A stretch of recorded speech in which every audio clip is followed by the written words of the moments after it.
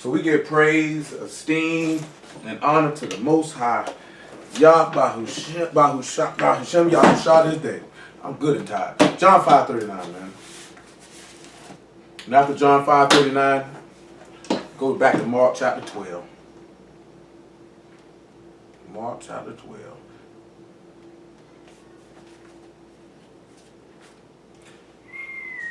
If I can get around there in a timely fashion, we might get this show on the road. And it says, search the scriptures, for in them you think you have eternal life, and they are they which testify of me. And you will not come to me that you might have life. I receive not honor from men, but I know you, that ye have not the love of Elohim in you. You know, we were talking about that on Wednesday, wasn't it? How he sat back and he said these people don't have the love of Elohim in them. And a lot of people don't. And because they lack that love, they won't come to this man that they might have salvation. Since I'm saying that, I want y'all to come to Romans chapter 2 real fast since it's on my mind.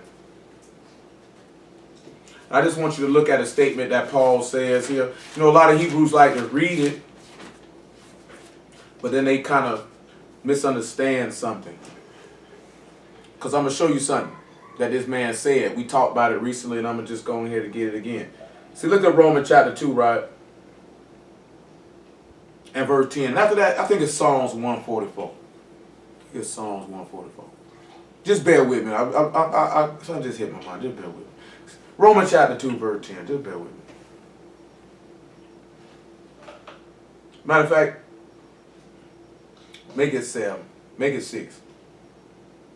It says, who will render to every man according to his deeds? To them whom by patient continuance in well-doing seek for esteem and honor and immortality and eternal life. You notice he say by them who by patient continuance. Now I want y'all to sit back because I was talking about this with a couple people last Sunday. Hold this right here, right? I want y'all to look at something in Ecclesiastes chapter 9. He said by patient continuance.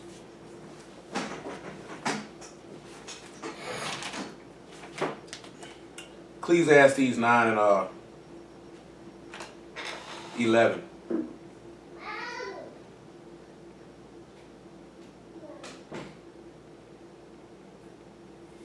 Ecclesiastes 9 and 11. Listen to what he says. We're only going to focus on one thing in this verse and not the totality of the verse. Yahuwah willing, we'll come back and deal with the totality of the verse. We're only going to zero in on one thing. He said, I returned and saw under the sun that the race is not to the swift, nor the battle to the strong, neither yet bread to the wise, nor yet riches to men of understanding, nor yet favor to men of skill. But time and chance happen to them all. For man also know not his time, as the fishes that are taken in an evil net, and as the birds that are caught in the snare. So are the sons of man snared in the evil time when it falls suddenly upon them. You know, he said he saw it, he came in return, that he saw that the race wasn't given to the swift, nor was the battle given to the strong, neither yet bread to the wise, nor even riches to men of understanding, nor even grace to men who had some skill. He said, but time and chance happened to them all. See, I'm going to sit back and I'm going to show you something. When he sit back and he say the battle is not necessarily given to the strong. Let me pull something up real fast. I'd be remiss because now my mind moving a little bit.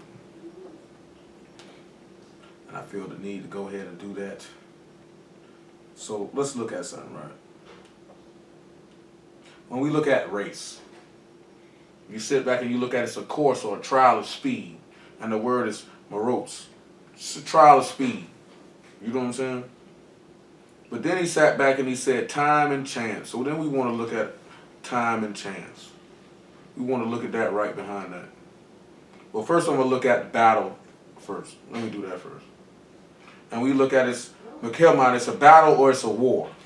So we say the war is not necessarily given to the strong. When y'all sit back and you think that the war is not necessarily given to the strong, when we think upon the principles of salvation, what do you think this could mean? Because he said, I know you that you don't have the love of Elohim in you. This is what he said. He said, I know you. You don't have the love of Elohim in you. And then Paul wrote and said, those by patient continuance who seek esteem and honor. What do y'all think this means if he sit back and say that the battle's not given to the strong? Because we usually think that those are the strongest are the ones who win every fight. So what could he be trying to tell us? What could he be trying to express unto us when he say, I know the love of Elohim is not in you? And most of the time when we hear this, we automatically think about keeping some commandments. But what is he really telling you? What y'all think that could mean? Anybody got any idea?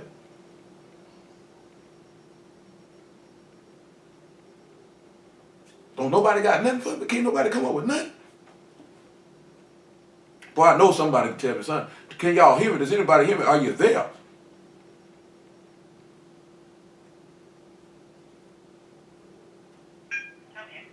Well, somebody tell me something. Somebody do something. All I hear is crickets. What y'all think he could mean?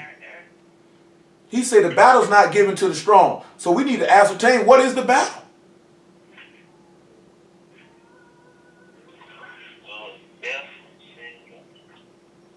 Anybody else?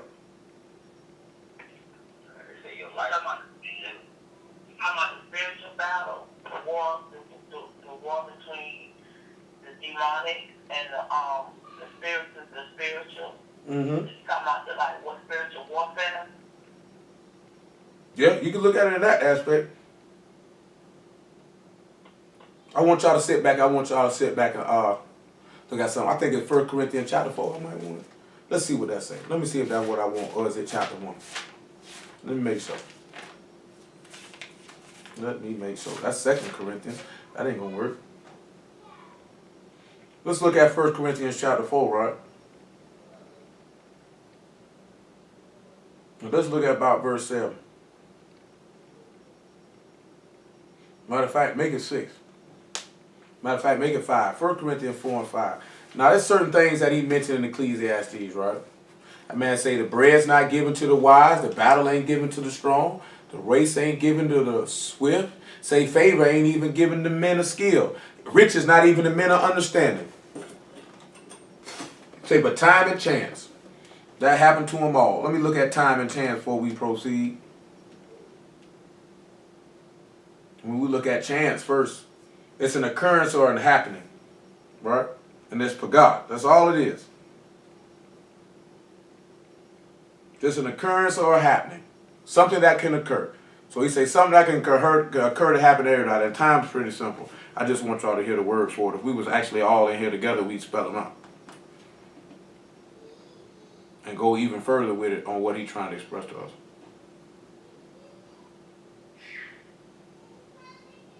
And then we have, this experience of fortune or an occurrence. So he said, experiences of fortunes and occasion happens to everybody. And the reason when we sit back and look at it is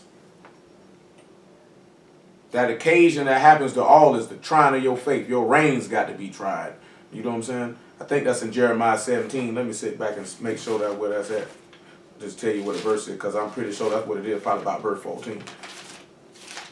But you can just write y'all down Jeremiah 17. No, it's about my apologies, Jeremiah 17 and 10, where he say he searched the heart and he tried the reins to give every man according to his ways, according to the fruit of his doings. Same thing what we just heard in Romans 2, that he said he'd give every man according to his deeds. But in order for you to get that, your reins have to be tried, or you have to be tested, or that time and occurrence going to come. You don't necessarily never know when you're going to be tested. See, people think because they run fast that you're going to win the race. Or you think that you wise that you're going to eat this man's flesh. Or you think because you strong, because you got some wisdom, you know what I'm talking about? You're going to have the skill to be able to defeat that strong man. You know what I'm saying? You? You know what the master told you. See, a man come in and bind up the strong man and break in his house. You know what I'm saying? You think because you got some understanding that you're going to get some riches. When he ain't even talking about riches of men, that man said, I counsel you to buy gold out of the fire from me that you might be rich. And we know that the fire is the trial of your faith, which is more precious than gold, which is that time and chance or that occurrence happening. That's why I say I know you don't have the love of Elohim in you. Because when you search these scriptures and see that they testify to me, and you'll come to me, then you know that you might have to take these things on. And nobody wants to do that. 4 and 5, 1 Corinthians though. Therefore judge nothing before the time. That's why he said time and chance happen to them all. So you can't judge nothing before the time and opportunity come that you might be tried. Don't even do it. until the master come, who will bring to light the hidden things of darkness and will make manifest the counsels of the hearts. Then every man shall have praise of Elohim. And these things, brethren, I have in a figure transferred to myself and to Apollos for your sakes, that you might learn in us not to think of men above that which is written, that none of you be puffed up for one against another. You know, that's one of the biggest things, mistakes that most Hebrews make, is they think more above a man than what's written. You know what I'm saying? You know, he said that a man, he made man upright, but man sought out many inventions. You know what I'm saying? Men, and you got to sit back and you have to sit back and look at it. If you walking as a man and you're going to do the things as a man, if you walking as Elohim, it's going to be a little different. You're going to walk as it is written. You're going to manifest him. You know, I just told somebody the other day that when you do what you're supposed to do, that's a testimony against those who are not. You don't even have to say a word. Just you manifesting what's written in the book will bear witness against them, and they'll answer for that. Y'all don't even necessarily realize that. See, I'm going to tell y'all something, man, that what your number one concern should be. And it's different if you got kids. Your number one concern should be saving your soul. Everything else should be secondary after that. And if you have children, and your children were born in an unclean fashion, then it would be even more imperative for you to get your soul right so you could cover them. Anything else is just a gross irrelevance and a distraction. Does that mean you cast aside all things in this life? Absolutely not. But that should be your number one priority, though. If you know that you can't say with confidence, if this man took his breath of life from you today, that you know that you're going to meet this man in peace, then that means you might want to crank it up a notch now, wouldn't it? You know, that man say, examine yourselves whether you be in the faith, lest you be a reprobate. So you should be running checks on yourself daily. And I ain't just talking about, oh, I ain't sin today or I ain't do this here. Talking about your heart. The things that your mind goes after, the things that you seek after, the things that you desire, the things that you think upon for a continual amount of time. Where is your faith at? Where's your fear of Elohim at? Where's your trust in Elohim at? Did you really sit down and count the cost that you had sufficient to pay? Or will you labor for a season and when you get tried, go ahead and say, boy, it's time for me to go another direction?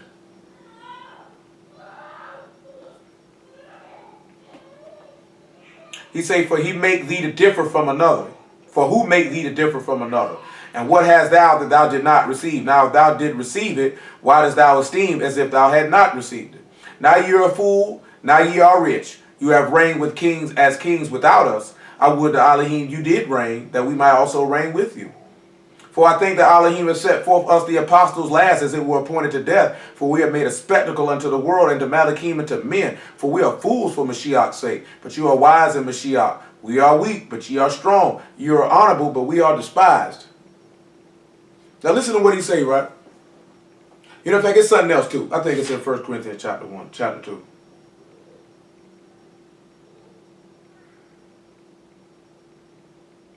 Look at 1 Corinthians chapter 1 and verse 22 before I state what I'm going to state. My bad. Verse 17. So when you sit back and you look at Paul say, y'all strong, we weak. Y'all wise, we fools. He said the battle's not given to the strong. When you turn around and you look at it, and we're going to look at it in a moment. After we read the statement that Paul stated. The master won the battle, but he wasn't in a strong state when he won the battle. So we begin to be able to look at an understanding of when he said the battle's not given to the strong. If you sit back and you look at strength and might in a natural sense, the battle is given to the strong, those who are strong inwardly. See, Paul was manifested that you're strong because we're weak. You're wise because we become a fool. Don't let me quote the man wrong. That man say, we fools. He say, you are wise in Mashiach. We're weak. You're strong. Ye are strong and honorable, and we are despised. You can sit back and look at it as the master did these things in order to impart them unto you. This is why he say, I know you don't have the love of Elohim in you. Because most people, when they put in a lowered state or in a base state, they're going to want to fight and think that strength necessarily negates that you're going to win this battle. I'm talking about a physical form of strength. That I either fight like this or fight like that. That's not how the master won the battle. And we'll look at that. 1 Corinthians 1:17. For Mashiach sent me not to immerse, but to preach the gospel, not with wisdoms of words, lest the stake of Mashiach should be made of none effect. For the preaching of the stake is to them that perish foolishness. But unto us which are saved, it is the power of Elohim. So it be your strength. You know, when we talked about it, he'd increase him mightily. So let's sit back and let's look in Matthew chapter 26, 27. And let's look at something. We just mentioned it before we start. Let's just look at something he said to Peter when they came to get him.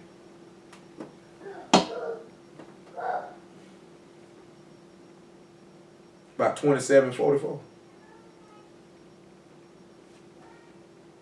I'm sorry. We need to be in about 33 somewhere. About 26 actually. We're way too low. Actually, it is the 26th chapter. I'm tripping. 26 and 46.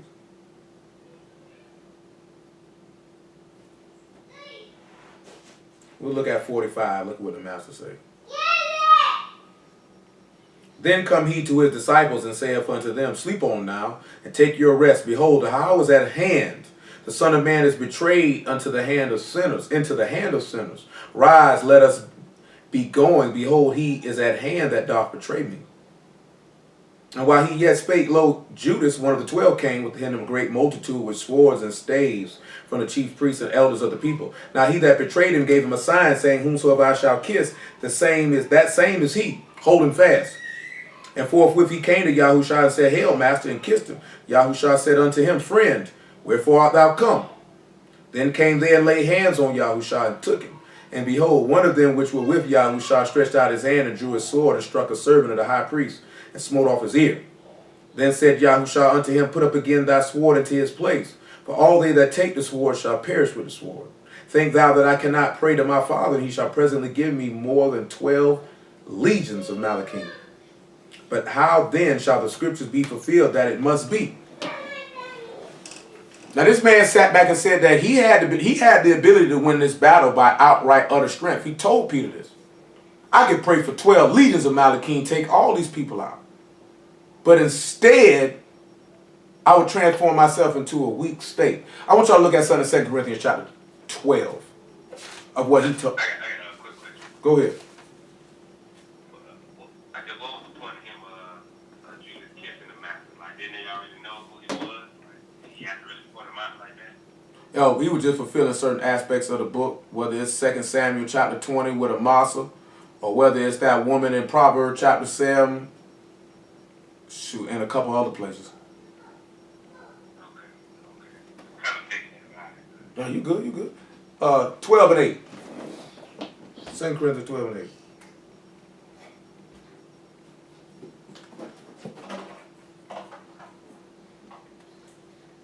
What you want, Pot? It's not playtime. After the 2 Corinthians 12 and 8, you can get Galatians chapter 4 and about verse 8.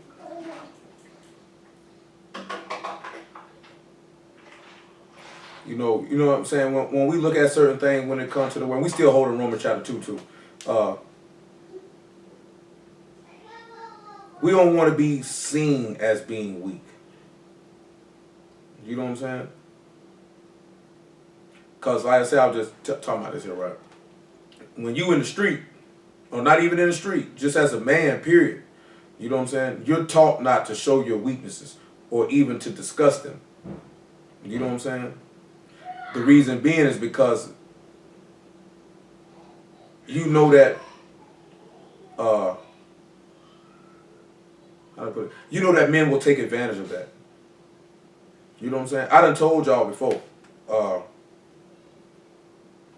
a man-on-man interaction is different than male-on-female interaction. You know what I'm saying? Men they want to know where a man's heart's at. So they'll do certain things, try him and test him, see where his heart's at. You know what I'm saying? And if a man see or smells weakness in another man, then he will attack him savagely. You know what I'm saying? And he has to be able to show forth some manner of dominance to get this man up off of him for him to leave him alone, because other men will attack him. Matter of fact, since I said this, before we even read this 2 Corinthians chapter 12 and verse 8, go to Isaiah 59 real fast.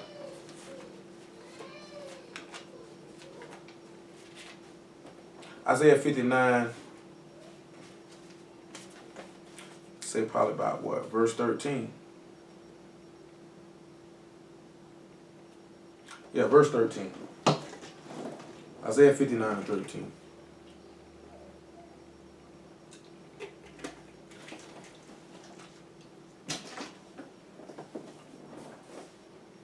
And transgressing and lying against Yahuwah and departing away from our Elohim, speaking oppression and revolt, conceiving and uttering from the heart words of falsehood. You know, they lied against Yahuwah. They lied on the master. They brought false witnesses against him, right? They spoke oppression because they wanted the Romans to kill him. They revolted against this man's authority and said, we have no king but Caesar. They conceived and uttered from their heart words of false. They conceived and uttered in their mind, bringing false witness after false witness to lie on this man. Why? Why did they do this? Let's see why. And judgment is turned away backward, and justice stand afar off, for truth is fallen in the street, and equity cannot enter. Yet truth fail, and he that depart from evil make himself a prey. And Yahuwah saw it, and it displeased him that there was no judgment. That man said, he that depart from evil make himself a prey. Do you not see that the master was departing from evil and he made himself a prey? That he made himself be able to be open to attack. See, this ties into other things if you're going to take this man on. So we're just going to read the Hebrew word for pray real fast. In verse 15. Y'all had to think about that. He said, he that depart from evil making himself a prey. And it's the word shalal, and it's to be spoiled or plundered. To drop or to strip. Y'all know the master made himself a prey because they stripped him of his garments and cast lots for him. It tells you that the beast will make war with the Kadeshim. Why? Because you refuse to take the mark of his name or the number of his name or bow down and worship his image. Because you depart from evil, you make yourself open to be spoiled and to be killed. You make yourself a prey. Which means you're in a weak state. So it's showing you that the battle or the discharge is not given to the strong. Since I say that, go get Deuteronomy chapter 20. So you can just sit back and you can understand something that your Elohim told you. Deuteronomy 20 and 1. Just sit back and look at what your Elohim told you. If you're going to make yourself a prey. That's why Peter, and then after that, 1 Peter chapter 2, verse 21. We come back to 2 Corinthians 12, still holding Romans chapter 2. And y'all willing, I work the completion of what I had in my mind to hear. And Ecclesiastes 9. If not, pray be to Yahuwah. We go the way he wanted to go. Hold on. I got you, baby girl. Here you go.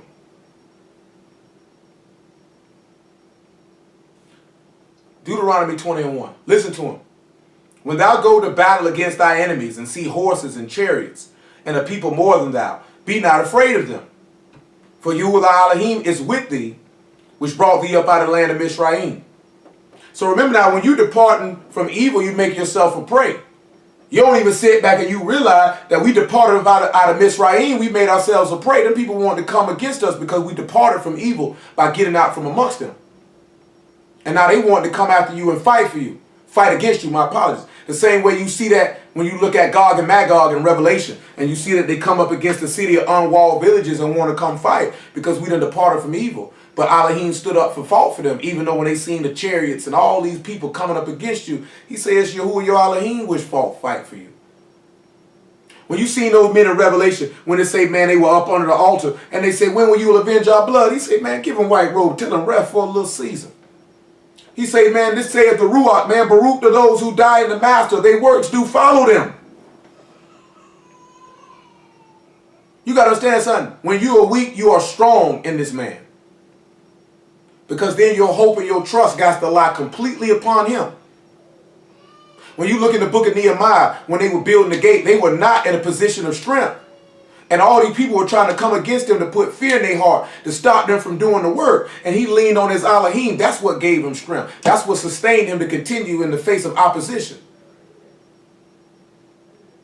See, this is what I mean. Like, the law is not going to give you that strength in your heart to go against opposition and to persevere through adversity. See, adversity is the true tell and test of a man's character. You know what I'm saying?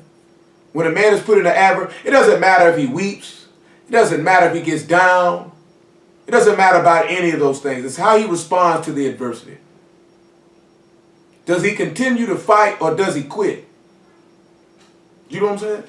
Because you can go through adversity and don't really want to do nothing. But do you still summon the courage to do what you need to do even though you don't feel like it? See, everybody can be strong and be this, that, there, and the third when things are smooth. You know, just for me, from my personal experience, the place I seen it the most was in prison and in jails, or what dudes would say they wasn't going to do when they get out. But it's easy for you to say that in this place because you're not being tested. There's no women to try you. There's no friends to influence you. There's no narcotics for you to use or possibly sell or guns for you to grab to fall back in that behavior that led you into this place in the first place. You know what I'm saying? But when you get in a situation where your character is tried, what will you do? The hallmark of a man is how he responds in the face of adversity. That is when you really see the true metal of a man. You really see his character. You really see who he is and what he is about. You know what I'm saying? And when you talk about no adversity, that is self-made. You know what I'm saying? Even if you can sit back and look at adversity self-made, because then sometimes you just reaping the consequences for your actions. You know what I'm saying? See, the master would read in there and reap consequences of other people's actions and was placed in an adverse situation. And in that adverse situation, he sought to his Elohim. He didn't seek to anyone else. He said, I'm exceedingly sorrowful unto death. He didn't holler at Peter, James, and John and say, hey, man, check this out. He said, man, Father, if it be possible, let this cup pass, but nevertheless, not my will be done, but thy will be done. I'm about to be put in a position of weakness. I have all strength, all power is given unto me on high and on this earth, and I can smash all of y'all. But yet, I'm in a weakened state. And in that weakened state, I'm going to manifest the strength of Elohim, because trust in Yahuwah forever, for trust in Yahuwah is everlasting strength. You wonder why a lot of people have no strength. It's because they don't trust in Yahuwah. It's real easy for you to flap your gums and say you trust this man till you get tested. That's why I say time and chance happen to them all. It's real easy for you to say that till you get tested. Then when you get tested, we get to see. Verse 2, and it shall be when you come nigh unto the battle that the priest shall approach and speak unto the people, and shall say unto them, Hear, O Yasharal, you approach this day unto battle against your enemies. Let not your hearts faint. Fear not. Do not tremble. Neither be ye terrified because of them. For Yahuwah your Elohim is he that go with you to fight for you against your enemies to save you. What y'all think that means? What you think this he could be expressing to us through this statement? Anybody got any idea what he could be trying to express on us as it pertains to our master? Don't y'all, ain't nobody got no idea? Y'all all right? Somebody help me out.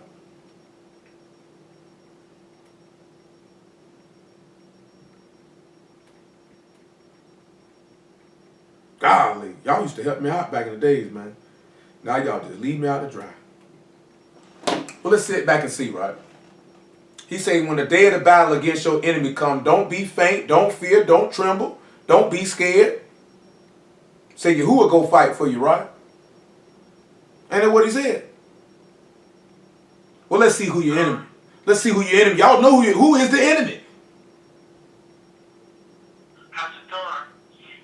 Nah, he ain't your enemy. He ain't go fight him. Y'all know who your enemy is. Who the last enemy to be destroyed? Ourselves. Death is your enemy.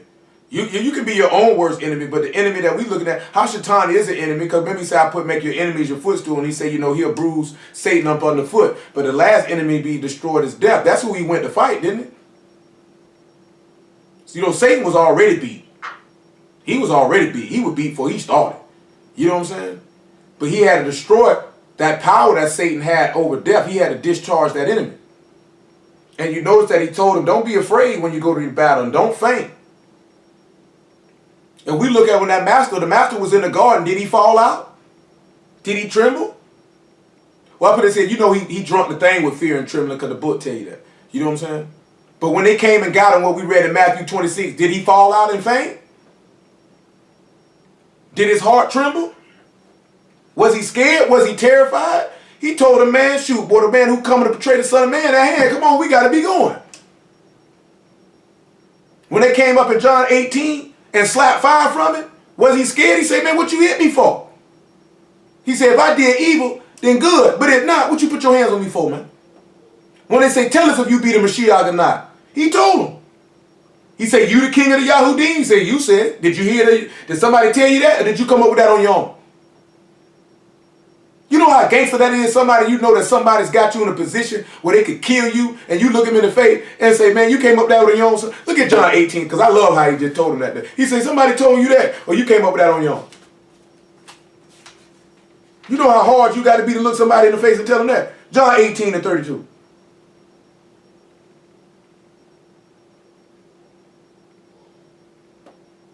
Look at how he told these people. He's in a weakened state, but yet he was strong. Why he said the battle's not given to the strong.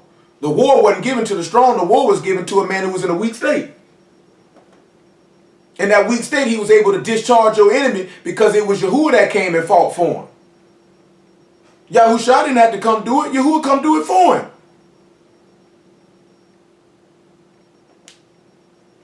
He said that the saying of Yahushua might be fulfilled, which he spake, signifying what death he should die. Then Pilate entered into the judgment hall again and called Yahushua and said unto him, art thou the Malik of the Yahudim? Yahushua answered, say thou this thing of thyself, or did the others tell it thee of me? He said, you came up that on your own or somebody told you. That sounds like a man who terrified, who about to be impaled, and knew he was going to be impaled before he came. This is what he told him. Did you come up with that on your own, or did somebody tell you that about me? How you know that? See, go on and get Psalms 144. I mentioned that earlier. Go on and get that right there. I mentioned that earlier. 147, actually. It's 147. Because there ain't no 19 verses in Psalm 144.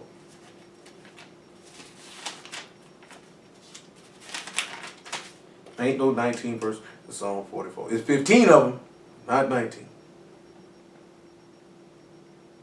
But I can use Psalm 144. So let's just look at verse 1 then, before we look at Psalm 147. Listen to what he tells me. He said, Baruch be Yahuwah my strength, which teach my hands to war and my fingers to fight. That's why he sit back and he tell you the battle is not good, because he said that was his strength. The master was in a weakened state. So when we come back and we look at that 2 Corinthians chapter 12, you're going to get a little bit of understanding to see how the battle is not given to the strong. See, a lot of Israelites think, look here, don't get it twisted though. Don't get it twisted. Ain't nothing wrong with arming yourself. You know what I'm saying? But that battle is not going to be given to you because you have these weapons. Most brews think because they have these weapons that's winning the battle. When they lost the battle before they pulled the trigger. Because you lost the battle against sin. You lost the battle against the world. You lost the battle against death. You lost the battle against the adversary. You know what I'm saying? Like this man told you these people going... See, I'm going to tell you something. The natural inclination of a human being is self-preservation. But when it comes to the word, a lot of people actually don't want to die. So they're going to do everything in their power to save themselves. Because they don't really want to die for real. You know what I'm saying? They don't want to die for real because they don't trust Yahuwah. See, they don't trust when he say, I will not suffer by Kadesh one to see corruption. See, you thinking you're going to see corruption because your flesh wastes away and you be left but bones. But then you forget the prophecy of Ezekiel when he say, breathe into these dry bones, and he say, sinew and skin came upon them. They were reanimated. When that breath of life came into them, they were reanimated. When that ruach, that roll of Mashiach from the dead be in you, then you're going to be reanimated, regenerated, refreshed. You don't believe that you're not going to see corruption. Because you know you've been living a corruptible life. You've been walking in sin. You know that you're going to be corrupted. That's why you're trying to fight to stay alive. You're not fighting to defend your family. You're not fighting to defend your friends. You're not fighting to defend your brethren. You're fighting because you're scared to die because you know you're going to hell. You know what I'm saying? So there's a difference. See, Nehemiah say fight for your brethren and for your wives and for your kids and for your houses. You know what I'm saying? See, to stand up and fight for somebody and to be willing to literally die for them means that you have to have some type of loyalty to them. See, some people, loyalty to people is convenient on the situation or circumstance or what they can or can't do for them. You know what I'm saying? And that goes back to what I mentioned earlier, when you know that you owe someone a responsibility. There's certain things that you're going to do for them that goes without saying. You love somebody, you will stand up and die for them with no hesitation. You're not fighting because you're scared to die. You're fighting because you want to protect them. And you will protect them at the cost of your own life. See, YAHUAH loved you enough that he wanted to protect you to the cost of his own life. You know what I'm saying? There wasn't nothing to that or what he was trying to work or finagle something when he did that. You know what I'm saying? That was the love and the responsibility that he owed to you, that he was going to do that. He had no fear of dying. You know what I'm saying? When you pick up a weapon to fight, it's because 9 times out of 10 you're trying to defend someone. Sometimes it's just to defend yourself, but the situation and circumstance of what we talking about, why everybody trying to grab this and grab that, them niggas don't want to die. Niggas saying they want to defend this person and that person, but most of them only think about themselves. Because I'm going to be honest with you, 95% of the human population is selfish. They don't think about nobody other than themselves. You know what I'm saying? Other people don't cross their mind. So I'm going to tell you something. And this is just real. Only because, and it's a feeling I done had in my lifetime, it's just because it just hit me this morning. When you sit back, boy, and you think about somebody else and if something happens that you ain't able to do something for you, you will have a feeling of disappointment in you because you want to be able to do certain things for certain people. Because you thinking about them and not yourself. If it's something go down that you could do that affects another person and it doesn't bother you, then you don't actually care about that other person, nor do you have any loyalty to that person, and you're only thinking about yourself. You know what I'm saying? If you got kids and there's certain things go this way and the third, and you weren't able to do certain things, and it don't bother you or it don't hurt you, you can't do that for your child, you's a buster. That's male or female. Ain't no difference. I know women that's the same way, some women worse. If it's your wife, shoot, even your parents or your friends. It's like I said, friends depend on friends. This means they have loyalty to one another. This means they care about one another. You know what I'm saying? Which means if they do something to them that could negatively affect them, it will bother them. If you can do something and you know it can negatively affect another person and it doesn't bother you, and it doesn't have to be, when I say negative, it doesn't mean that it's something negative like bad. You know what I'm saying? Like literally bad. Like that type of negative. Just something that you know that could go wrong. And it don't bother you, you don't care about them. You only care about yourself. If a situation go down and you only see it through the vantage point of how it could benefit or not benefit you, you don't care about nobody but yourself. If you always think of situations, you think about how it relates to you first. You don't really necessarily care about somebody else. The master didn't look how things related to him first. He looked at how it related to you. Because his loyalty and his love was to you. Even though you didn't deserve it. You didn't deserve that love and loyalty that he extended. See, that's what I mean. See, the law can't give you that good news. That somebody is giving you a love and a loyalty that you don't deserve. You know what I'm saying? Because you bucked the man. You bucked the man. I'm talking about way before he died. You bucked the man. Long before he stepped in the flesh, you bucked him. Psalms 147:19. He showed his word unto Jacob, his statutes and judgments unto YAHUAH. He have not dealt so with any nation. As far as his judgments, they have not known them. Hallelujah. They hadn't known them. So these nations, they didn't know how to fight. So they didn't necessarily have the ability to continue by patient continuance, to seek that honor and esteem that come from that. But we don't sit back and look at it, if y'all will, in a moment, how we tie this all in. Because we still holding Romans 2 and 2 Corinthians chapter 12 and I think that's about it. And Ecclesiastes chapter 9 and Galatians chapter 4. You know, and try to pull all this stuff together. When you look at the battle, it's not given to the strong. Because we were just talking about a little bit on Wednesday about serving this man with a perfect heart. And that strength coming from your heart. I always mention that, trust ye in Yah forever, because that's a verse that always resonated with me from the time that I seen it. And he said, he that think upon the name of Yahuwah, he say, he that think upon thee mind, who mind is stayed on thee, trust in thee. So when your mind is stayed on Yahuwah, that's your strength. Even in a weakened state, the word was ever present in Yahushua's mind. That's why he was strong, even though he was in this position of weakness, or where these people were spitting on him and slapping him, placing a crown of thorns upon his head, slapping him in the face with the reed, impaling him and mocking him, and all of these things. But the battle wasn't given to the strong. It wasn't given to the strong. Not strong physically. When you sit back and look at it, when they were looking at the Mashiach coming, they did not see that happening to him. So when they seen him, they said there's no way he could be that dude. Because the Mashiach's supposed to be a warrior. He's supposed to be like David. David was never done like this, but yet David was in a position of weakness all the time, and the battle was given unto him. He wasn't strong when he was fighting Saul. He was never in a position of strength. But he won that war in the end. And he didn't have to do nothing. Yahuwah fought it for him. That's giving you an understanding of the faith that you ought to have. That you can have all the guns in the world. You can have an army of 10,000 men fighting against an army of 100,000 men. And if Yahuwah's not present, you're going to lose. And if Yahuwah is present, you'll smash it. You should know, we dealt with the battle with Gideon. They took down a whole army with 300 men. 300 men. That battle wasn't given to the strong. They were not in a position of strength. They had 300 men. The battle was given unto them because Yahuwah was with them. That's how you have to look at it. Well, come on, let's hit the 2 Corinthians 12. Crank it up a notch.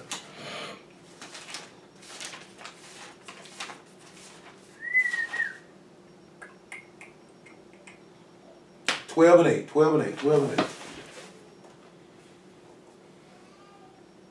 For this thing I besought the master thrice, that it might depart from me. And he said unto me, my favor is sufficient for thee, for my strength is made perfect in weakness. Most gladly, therefore, I will esteem in my infirmities, that the power of Mashiach might rest upon me. Therefore, I take pleasure in infirmities, in reproaches, in necessities, in persecutions, in distresses, for Mashiach's sake. For when I am weak, then I am strong. We sat back and we described all them things that happened to the master. And he was weak. Therefore, he was strong. Because he said when you preach the Mashiach crucified, that's foolishness to people. Because he was made weak. They looking at how can you be made weak? How can you be strong in such a state? How is that even possible? Look at 1 Peter chapter 2, verse 21. How is this even possible? Well, let's just look at what Peter told you in 1 Peter 2 and 21, and then Galatians 4 and 8. And then we'll get to this race being given to the swift. Because he said by patient continuance. I told y'all this before, just last week, and I've told it to you numerous times before. Anything worth having takes some time. You know what I'm saying? It takes some time. And most people are not necessarily willing to take the time to get a valuable prize. They want it very, very quickly. You know what I'm saying? If they feel things don't happen on the timetable that they feel that they should happen on, then they'll discard it. You know what I'm saying? They'll usually discard it because whatever they may be waiting on might actually be moving in that direction that they wanted to move, but it doesn't move when they want it, so they go to seek after a facsimile of it. You know, it's not the real thing. You know what I'm saying? See, a lot of times people don't want the real thing. They just want something close to it. Something that look like it smell like the real thing. Even feel like the real thing. Even look like the real thing. But when you taste it, you see that that's not the real thing. But then by that time, it's too late. Because now you've been poisoned. And now you're dead. Because you could, it's the same that people say, real recognize real. You should know the real from the fake real fast. You can use it just as simple stuff. Just on material items that people purchase. Like if you buy Rolexes or Rolexes, you can spot a fake Rolex from a real one. You ain't got to do no major inspection on it. You can tell. You can look at it, you can see. Women who buy purses, they can know a fake Coach bag just by looking at it. They can know a fake Louis bag just by looking at it. They don't even have to do no deep examination. They can see it. You know what I'm saying? I can spot a fake polo shirt. You know what I'm saying? Well, it's no different than, and it don't happen all the time. Sometimes some people fool you. I put it this way, I ain't even gonna say sometimes people fool you. You see or hear things from the individual, you just disregard it for whatever reason. Or you file that stuff away, but then by that time you done got too in depth in the situation, and then you don't extricate yourself from it, and then negative things begin to occur. Because real recognize real. And if you're a real person, and somebody's going to be able, and they're a real person, they're going to acknowledge that and they're going to see that. If you're a fake person, they're going to be able to see it. And then sometimes you get entangled with fake people. You know what I'm talking about? And then you see the signs either through words or behavior or character manifestations. And you tuck them to the side for whatever reason. People have a multitude of reasons why they do so. You know what I'm saying? Then sometimes you let that tucking go too far. Then you might got ingrained in too deep with an individual, and then your feelings get hurt. You know what I'm saying? And it be more hurting on, I did this to myself. Because I ain't really had no business fooling with this nigga this long. I ain't really had no business messing with him this long, because I seen the flags and the warning signs of when I should have bailed out. You know what I'm saying? But sometimes, just like this here, we can manifest the hope that somebody can become something that they're plainly showing that they're not going to become.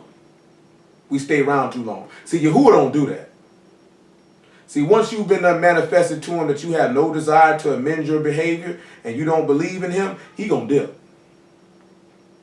Now, he ain't finna stick around too long for you to do something to him, to hurt him. He just gonna leave. It's simple as that. He just gonna leave. Straight like that. He just gonna dip. You know what I'm saying? It'd be hard for us as natural people to do that. Because our desire, because the love that we might actually have and the care for we might have for other people don't always necessitate that we just bail out on them like that. Because, you know what I'm saying, you want them to be in a better place if you actually care about people. You know what I'm saying? People who are real and sincere end up a lot of times caring about people more than that person care about themselves. Then when the person don't actually show that care and love for themselves, and you've invested that amount of energy and care and love in them, and then they don't reciprocate it back, that's what hurt even more, because you feel like, just really played myself and wasted my time. Because this nigga don't even care about himself. This woman don't care about herself. I mean, it's not the first time I ever said this. It's how could I care and care about you more than you care about yourself? How can I care about your soul more than you care about it? You know what I'm saying? How is it somebody in your life that's walking around that loves and cares about you more than you love and care about yourself? How do you even let that type of thought process and attitude manifest in you like that? One thing I know about black people, we don't like people who actually love us and care about us. We treat them like straight dookie. Somebody who don't care nothing about us, well, we love them to pieces. And we think that people do things for us and buy stuff for us and tell us what we want to hear and go along with our foolishness and go along with our stupidity. We think these people actually care and love about us, but they don't though. But they don't though. The person that care about you gonna look you in your face and tell you what you don't want to hear. You know what I'm saying? Person that care about you gonna push you to be the better version of yourself. You know what I'm saying? Somebody who care about you ain't gonna go along with your stupidity. So I'm tell y'all men something, right? Don't mean you care about a woman because you buy her and you give her what she wants when she wants it. Just because she wants it. That ain't what's happening. It's only one reason why a man should hit his woman off with whatever she want when she want it. And that's if she was with him when he ain't had nothing. And she rode with him when he ain't had nothing. And then when he got on, oh yeah, that woman get what she want. When she want it, without question. Because she stuck out the lean time. She struggled with me. She get whatever she want to get. You know what I'm saying? Before she even uttered a thought, I already knew you were thinking about it. It's done. That's what you're supposed to do. You ain't just supposed to do it because you want this woman to stay. Because you don't want her to leave. Because you know she'll get upset If you don't give her what she wants, and that's how we feel about the word when people preaching the word. If they don't tell us what we want to hear, then we don't want to hear the word from them. We find somebody else. That's a wicked nigga. And I mean nigga in the purest definition of the word. You're just a based, horrible, despicable, deplorable, perverse, corrupt-minded individual. When you seek after people who going to justify your ungodly behaviors and thought processes versus listening to somebody who telling you this because they care. Because they don't want to see you crash up against a brick wall. But see, I done told a couple people this here, man. I'm going to tell y'all this again because I ain't doing this no more. I promise you that. You know, I used to tell people, boy, don't do this here, boy, don't do that, over and over and over and over and over again. Repeatedly. Trying to stop you from crashing up against a brick wall. And you would still go do it anyway. So now, I ain't telling you but one time, maybe two. And if you want to speed and crash up against the brick wall, by all means, crash. See, I ain't going to watch you crash and don't say nothing. I'm going to say something once. Maybe even twice. I ain't saying nothing else after that. Because what I know is grown people going to do what they want to do. And if you want to do right, you're going to do right. But if you don't want to do right, you're not going to do right. 1 Peter 1 and 21. 2 and 21, my apologies.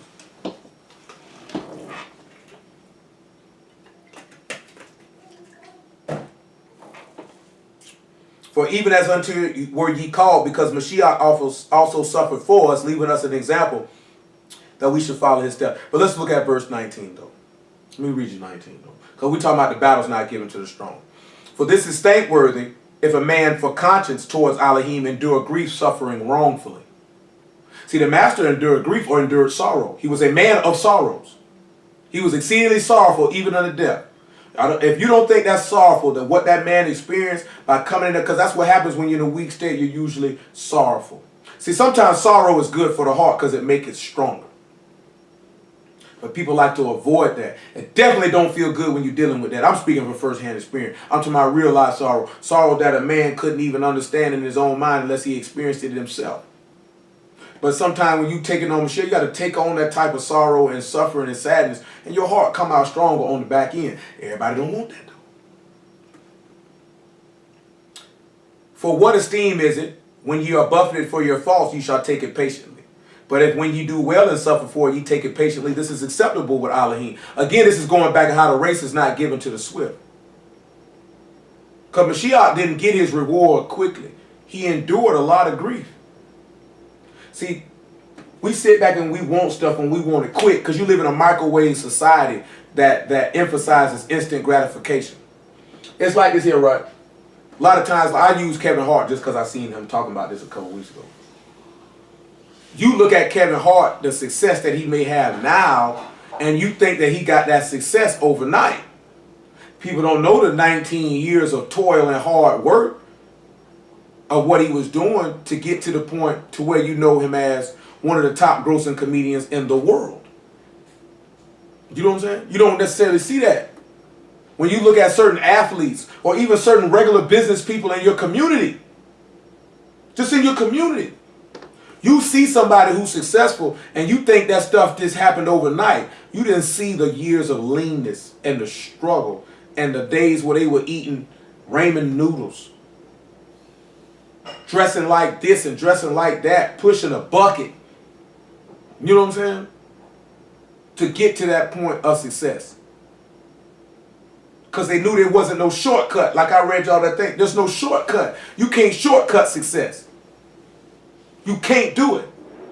I wouldn't care what it is you was going after. If first and foremost, if it's your salvation, you can't shortcut that. If it's success in business, you can't shortcut that. If it's success in your marriage, you can't shortcut that. If it's success in rearing your children, you can't shortcut that. I'm talking about if it's schoolwork you're doing, you can't shortcut that stuff. Because when you try to take shortcuts, it ends up showing in your performance. It may not show up initially, but it'll show up in the long term. It'll show up in the long term that you're trying to take another route. That's why he say if you try to climb up some other way, you a thief and a robber. You got to come in through the door. And if you come in through the door, you got to come in through patient continuance. He that endures to the end, the same shall be saved. You have to take this by patient continuance. You're not going to get this because you running fast. Because you speeding and you think you're going to get there quick. You got to follow the process. Got to follow the process. And that process is suffering and being made weak. That's what people won't follow. You don't want to humble yourself down. You know what I'm saying? That man told you in Philippians chapter 2 that he humbled himself and became obedient even unto death, even the death of the stake. And because of that, the Father exalted him, giving a name above all names. So the battle wasn't given to him because he was strong. The battle was given to him because he was weak, but in his weakness he was strong. That's why he just told Shaul, my favor is sufficient for thee. My strength is made perfect in weakness. So his faith is made complete when you lower yourself down. When you humble yourself down. Humbling yourself down ain't just, I'm going to humble myself to the commandment. Humbling yourself down is being able to endure and stand on the word, even in a position when things are in your face. We read that last week in Romans chapter 8. He said what? Persecution, distresses, tribulation, peril, nakedness, hunger. Will this separate us from the love of Mashiach? Because that's where your faith come in at. There's no law involved with that. The law ain't going to keep you holding on in the face of tribulation. The law ain't going to keep you holding on if you hungry or naked. You know what the law keep you holding on at? When you read that promise that he told your ancestors in the wilderness, hey man, your feet didn't swell up. I gave you bread and water in the wilderness. You'll realize that's a promise he made. I give you the things that need to sustain you. You need not to worry about those things.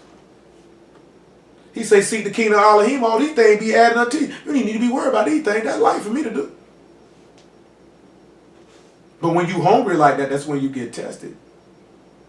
You know, like I said, I done been tested numerous times. I literally ain't had nowhere to live, no certain dwelling place. That did not make me go do A, B, C, D, E, F, G because I didn't know where I may sleep each day. Because literally 4 days out of the week, I had to sleep on a bench in the place that I work. And each day after I left there, it's just roaming. Ain't got no certain place to go. Going wherever the man lead me to go. It's not many people going to be willing to do that. They'll go seek their own way and their own will to get themselves out of that situation. But you have to continually, patiently in that situation till he see fit to change it. You know what I'm saying? You have to think about that. You have to think about that. You don't necessarily want to push and press stuff on your time, because you could push, press the stuff on your time and end up outside his will. That's the last place you want to be at. Because when you outside his will, you outside the gate. When you outside the gate, you already know what that is. Verse 22, who did no sin, neither was guile found in his mouth. Who, when he was reviled not again. When he suffered, he threatened not, for he committed himself to him that judged righteously. This is how the battle's not given to the strong. Because those that are usually like this here, what is that in Psalms? What is it? Psalm 75? Let me see what that is in Psalms. Let me look and see what that is in Psalms. I don't think it's Psalm 75. It might be Psalm 21. I'm looking at Psalm 21. It ain't Psalm 21. Verse in my head, I can't remember the song though.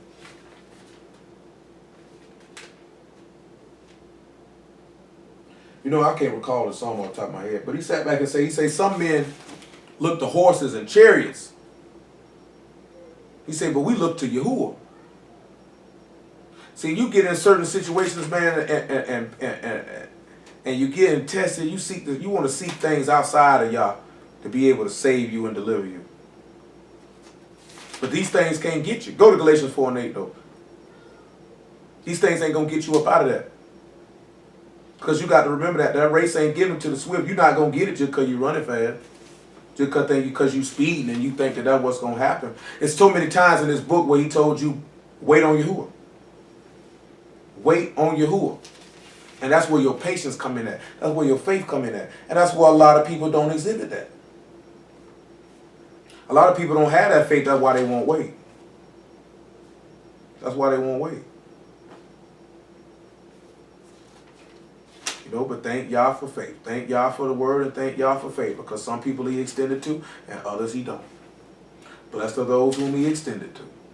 And to those who he doesn't extend it to, praise be to Yah. Let his will be done. That's all you can say. That page is a little too... Well, I do got the other book over here. I'll use that one.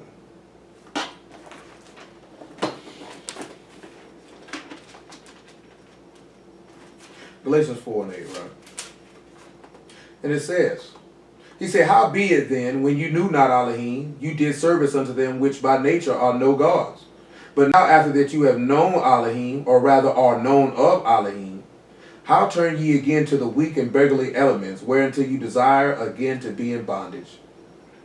He said, you observe days and months and times and years. I am afraid of you, lest I have bestowed upon you labor in vain. See, now you sit back and you look at it, right? And he say these weakly and beggarly elements. See, when we sit back and we look at it in 1 John, how he tell us to love not the world and nor the things of the world. See, that same thing where he sit back and say, that's actually referring to like when we came out the wilderness. The things that we served in Egypt were not gods, and he brought us up out of that, and yet they wanted to go back, desiring to be up under these weak things. Because they couldn't sit back and look at that, even though they were in a position of weakness in the wilderness, that they were in a position of strength. Because their Elohim was with them, and all they had to do was lean on and trust in him. But instead they wanted to lean on and trust in things outside of him. That's why he's telling you again that the battle is not given to the strong. Because we look for strength in the wrong places. Sometimes even in the wrong people. You know what I'm saying? It's sometimes it's just certain people that just are not worthy of being held in a certain light because they haven't done anything to be considered to even be in that position. And some people that we don't hold in a certain light that ought to be held in that position because they exhibit those character traits. I say, man, those character traits that I read up out of that book, y'all, are the same character trait that I mentioned in our book. And these are the things that a hallmark which shows forth a righteous and upright man. When you show forth integrity and fidelity, which is just pureness, you know what I'm saying? And humility and honor and honesty and courage and equity and justice. Every last one of those attributes that are mentioned are the attributes of a selfless individual. An individual who puts others before himself. You know what I'm saying? See, Mashiach loved you that he gave his life for you. He put you before himself. That's love right there. Romans 15:1. See, that's love right there. So we don't think about stuff like that. Do we sit back and say that I'm going to put somebody else before myself? It's real easy. You know, people say they put their kids before they sell. A lot of other niggas be lying, though. You know what I'm saying? It be showing in their actions. I know so many women be like, I put my kids first, and then you watch the stuff that they do. No, you don't.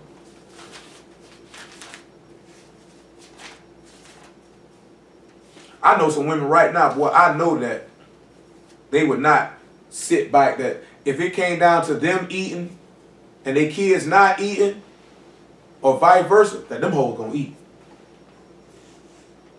You know what I'm saying? Or if it was something that somebody might have bought them something to eat that was better compared to what was in the house to get them kids, or that woman gonna eat that better food and let them children eat that trash instead of the other way around. See, I can remember my mama watching me eat because it wasn't nothing in the house for the both of us to eat. I can remember that. I can remember me doing that for Lil Muffin. I can remember my nigga, I ain't gonna call her name, when I was like 19, 20 years old, hurting. And if she couldn't buy food for the both of us, we ate off the same plate. You know what I'm saying? Like straight up and down. Like she would come and be like, boy, she knew what I was dealing with at the time. Be like, you know, hey, I'm like, she'd be like, don't even worry about it. Sometimes she wouldn't even ask, like, here it is, don't even worry about it. You know what I'm saying? So when somebody show you that type of love, it's nothing for you to ride with them. Like it wasn't nothing that I wouldn't have did for her. You know what I'm saying? See, if somebody see, because that's just me though. I'm speaking for me. If you do certain things for me that you ain't got to do, oh yeah, I'm going to ride for you. All day long. And I don't care what nobody think about it. I don't care how they feel. I don't care what they got to say. You know what I'm saying? It don't make no difference. Because I'm going to reciprocate that back. When somebody show that they thinking about me before they think about themselves, that they care about me. You know what I'm saying? That's what the master wanted you to do. That once he showed you the love and care that he had for you through the exhibition of his behavior, that you would turn around and reciprocate that. That you would turn around and reciprocate that. We don't turn around and do that though. Because we don't grasp that. Because we selfish. It's me, me, me. I. I want. You know what I'm saying? That ain't nothing but the flesh. That's not an Elohim. Elohim don't think about that. The master told you it's more blessed to give than to receive. That man didn't seek to get nothing from nobody. All he sought was to give you everything that he had till his last breath. And we won't do that with each other. Because all we think about everybody out for self. Like, how can you have a team full of individuals? That's not a team. That's just a bunch of people in a room. That's just a bunch of people on the field. It's just a bunch of people on the court. That's not a cohesive unit.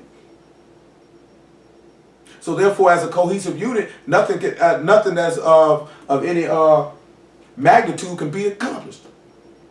Because you just got a bunch of individuals. Y'all forbid you got a team, but you got sub-teams amongst the team. Because niggas want to be over here doing this to themselves. By themselves, I'm going to do this over here. It's not how you function. That's a schism. You can't function that way. That's what happened with Korah. Because there were schisms. You can't function that way. Everybody got to be on the same page. Everybody got to be working together for the same common goal. Everybody has to be thinking about the other instead of himself. And let's see if Paul tell you that in Romans 15:1. We then that are strong ought to bear the infirmities of the weak and not to please ourselves. Let every one of us please his neighbor for his good to edification. For even Mashiach pleased not himself, but as it is written, the reproaches of them that reproach thee fell on me. So that means he thought about somebody else other than himself. You can see that with David when he fed the people and the stuff that he thought about somebody other than himself. You can even see that with Moses. He thought about somebody other than himself. When you can look at Adam, he thought about somebody other than himself. You know what I'm saying? Sometimes I don't think we move that way. Sometimes I don't think we think that way. Like if a man loved a woman, then he would think about that woman before he thought about himself. If a woman loves a man, she gonna think about that man before she think about herself. You know what I'm saying? If that man and woman love their children, they're gonna think about those kids before they think about themselves. You know what I'm saying? If you say somebody is your friend, you're gonna think about your friend before you think about yourself.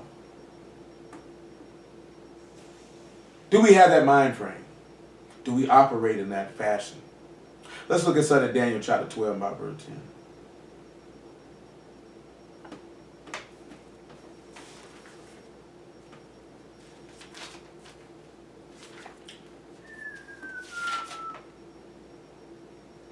Daniel 12 and 10. And we'll come back, not Romans chapter 2 out. I guess it's better served, because what I want to actually touch tonight, I really just want to talk to y'all about it in person. Many shall be purified and made white and tried, but the wicked shall do wickedly, and none of the wicked shall understand, but the wise shall understand. And from the time the daily sacrifice shall be taken away, and the abomination that make desolate set up, there shall be 1,290 days. Baruch is he that wait and come to the 1,305 and 30 days. But go thy way till the end, for thou shalt rest and stand in thy lot at the end of the days. You know, he say Baruch is the man that wait, and he told you that the race is not given to the swift. And he say those who by patient continuance seek honor and esteem. You know, the master patiently continued in the word, and he got the honor and esteem to be set up on high. See, look at 1 Timothy chapter 3. Is it chapter 3? Yeah, it is chapter 3. Look at 1 Timothy chapter 3.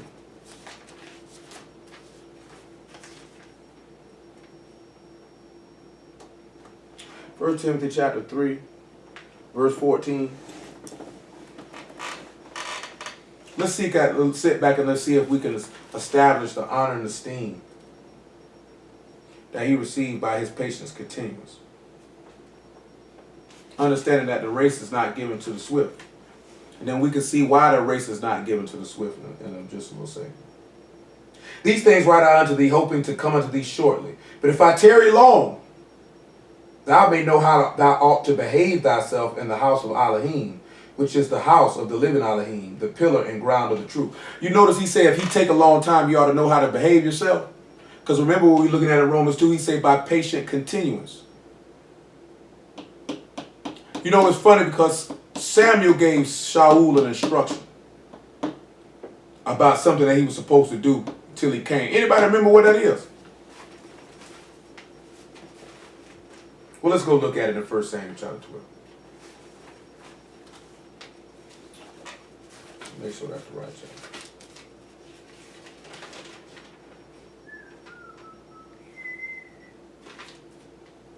Actually, about 1 Samuel chapter 11.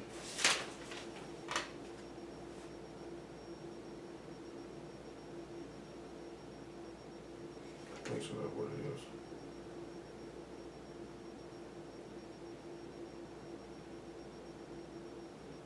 First Samuel chapter 11.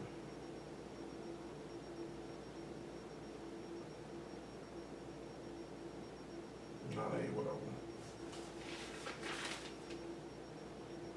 Go to 1 Samuel chapter 13, actually. Verse 1. Say, Saul reigned 1 year, and when he had reigned 2 years over Yasharal, Saul chosen 3,000 men of Yasharal, wherefore 2,000 were with Saul in Michmash, and in Mount Bethel, and 1,000 were with Jonathan and Gibeah of Benjamin, and the rest of the people he sent every man to his tent. Now he's going to talk about how he smote all these people, but come on down right here to about verse 7, though.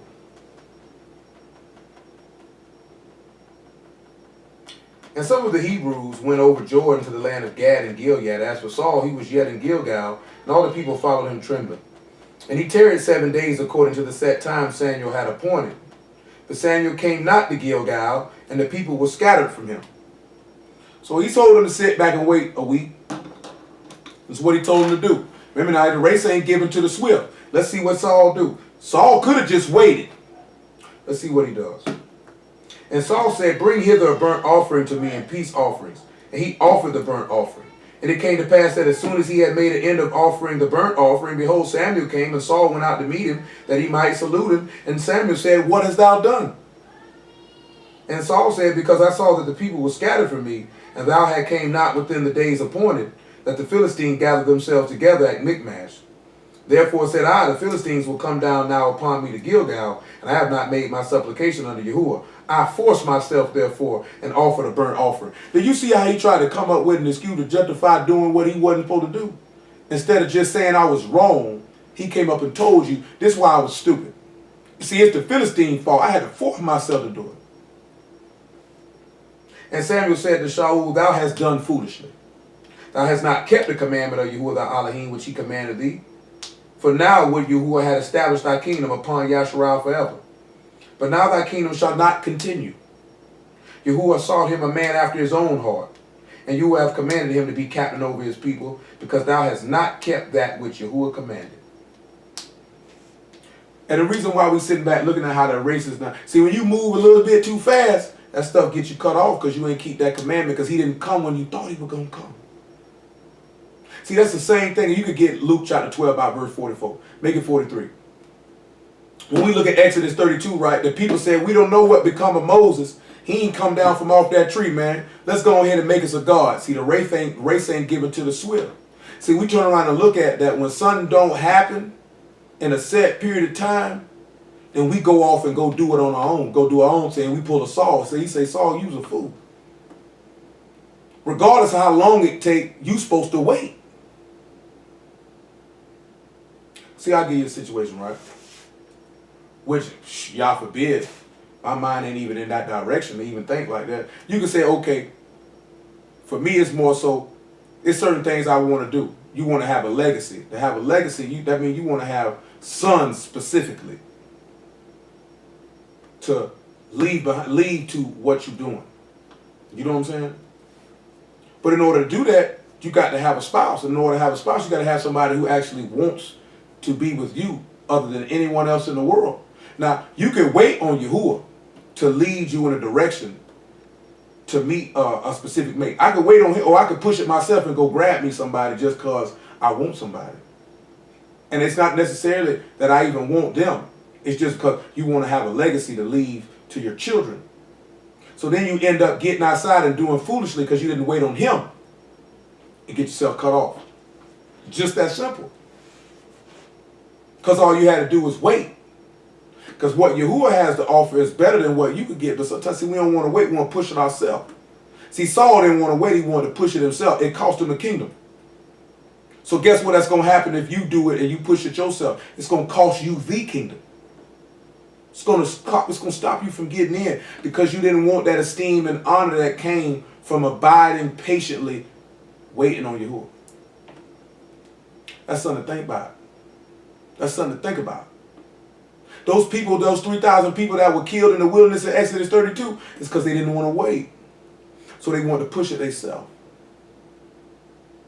Even with Hananiah, with that false prophecy saying, we ain't going to be in Babylon 70 years, didn't want to wait. I'm going to push it myself. See, some people come up, see, that's what's wrong with black people. We always waiting. Man, come on, man. Some things, like I said, that's where wisdom come in at. But you know, you're supposed to wait on your Elohim. He tell you that too many times in this book. So I tell you, the race ain't given to the swift. You're not going to receive the crown because you ran fast. Everybody, you know that thing with the tortoise and the hare and all that other. Everybody done heard that fable before. I would have wagered. I ain't going to say everybody. I'd wager most done heard it before. You know what I'm saying? And 99.9% of the time, they probably pulled that fable straight from out this book. See, this world is something else. That they will take, borrow, and steal everything from Yahuwah, but they refuse to give the man the honor and esteem for stuff he already did and said. Wicked bastards. They're going to give it to him in the end, though. Luke 12:43. You can bet that. They're going to give it to him in the last day. I bet you he get what's his. I bet you they acknowledge him then. They ain't got to believe right now. You'll believe later, though.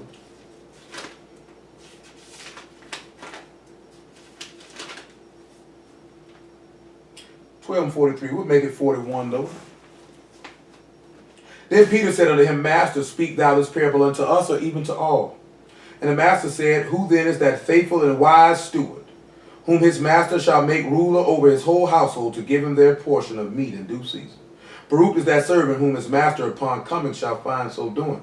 Of a truth I say unto you that he will make him ruler over all that he hath. But if that servant say in his heart, My master delay his coming, and shall begin to beat the men servants and maidens, and to eat and drink and to be drunken, the master of that servant will come in a day when he look not for him, at an hour when he is not aware, and will cut him asunder, and will appoint him his portion with unbelievers. See, the key thing when we came there, he say, if his servant in his heart say he delay his coming. See, that's the same thing Saul did. He said, oh man, Samuel delaying his coming. I'm going to go over here and do this. Because he didn't want to wait. See, he didn't want to wait.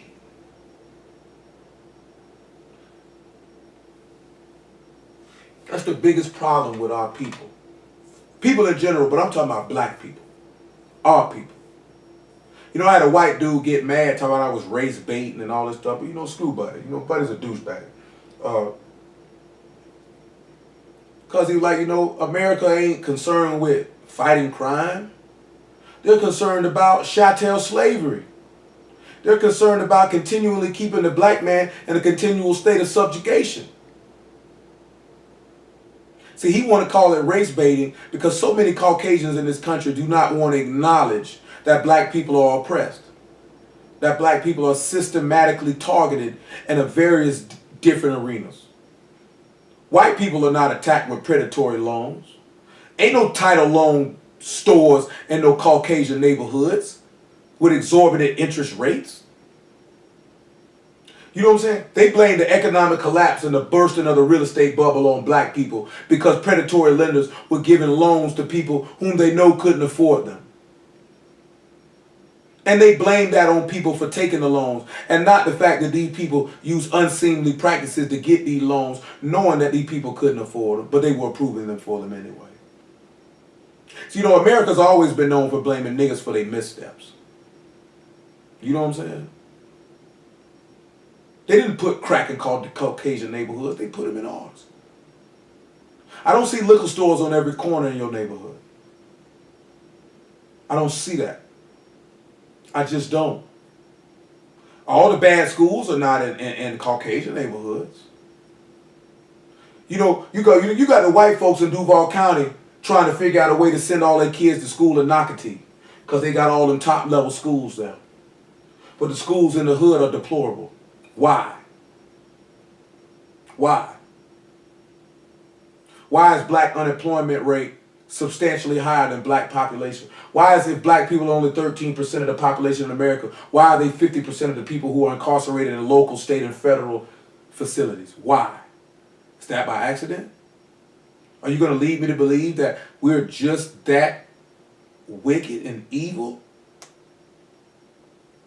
Most black people are just on as a whole are some of the most kind, easygoing, loving people that you would ever want to encounter. Do you know what I'm saying?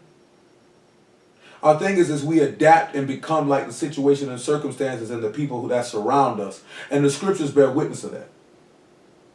Our people have an infinity of becoming like the people who are around us instead of standing out and being ourselves. So we take on a lot of learned behaviors. You know what I'm saying? Because our people are walking around this country wondering why these people hate us. And I'm saying all this to sit back and for you to understand that you're in a position of strength right now. You're in a battle right now where you're not strong. You couldn't defeat America if you wanted to. You couldn't do it. There's a reason why y'all scattered you in the four corners of the earth. So you wouldn't come together as one single solitary unit and smash these people. Because as a whole on a worldwide scale, it's more of you than it is of them. And I'm talking about all people. By the only people might could rival us is them Chinese. Because it's more of us than it is of them. And they know it. And they know it. Because that man said he'd make Abraham's seed like the sand of the sea. So it's more of us than it is of them. And they know this. Shoot, it might be more of us just in the Western Hemisphere than it is of them total. Because we deep now when you take all us and put us all together. When you take the Caribbean, you take Mexico, Canada, America, Central, South America, and put all them true Hebrews together, that's a very large army. That's a very large army. That's a lot of people. It's before we even step on the eastern side of the map, that is a lot of people. Sit back and look at this. Why is it that everything that is negative in this country, that black people are the highest? Percentage-wise, why? And you're going to make me think that that's race baiting? No, it's not race baiting. It's an individual that has his head stuck in the sand that utterly refuses to deal with the facts that are at hand, that a people is suffering, that a people is being oppressed, and they're crying out for relief from a people who can't save them. From a people who won't save them. Because that's how Yahuwah set it up, because we're not crying out for relief from the man who put you in that position. This is not to absolve these people of their wicked deeds. By no means. But we haven't learned yet why are we crying to these people. They don't care. Every time we try to do better, they kick us. Spit on us. Laugh at us. Mock us. Sabotage us.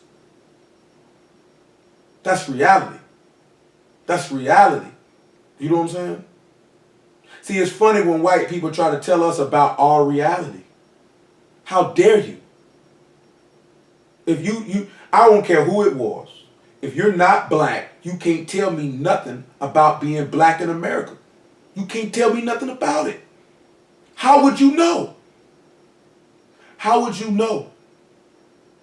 What do you know about hearing car doors locked when you walk past them? What do you know about people clutching their purse when you walk past? What do you know about people following you around the store?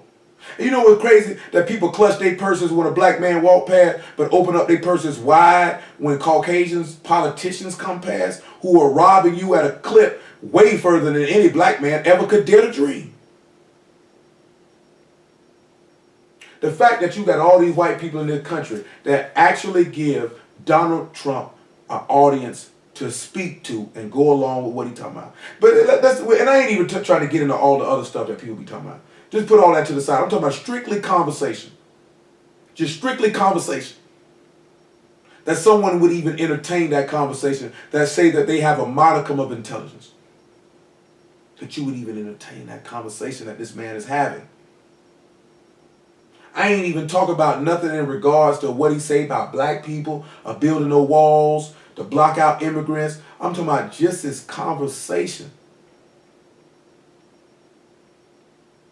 Like, you can't even see when somebody really just blowing smoke up your butt.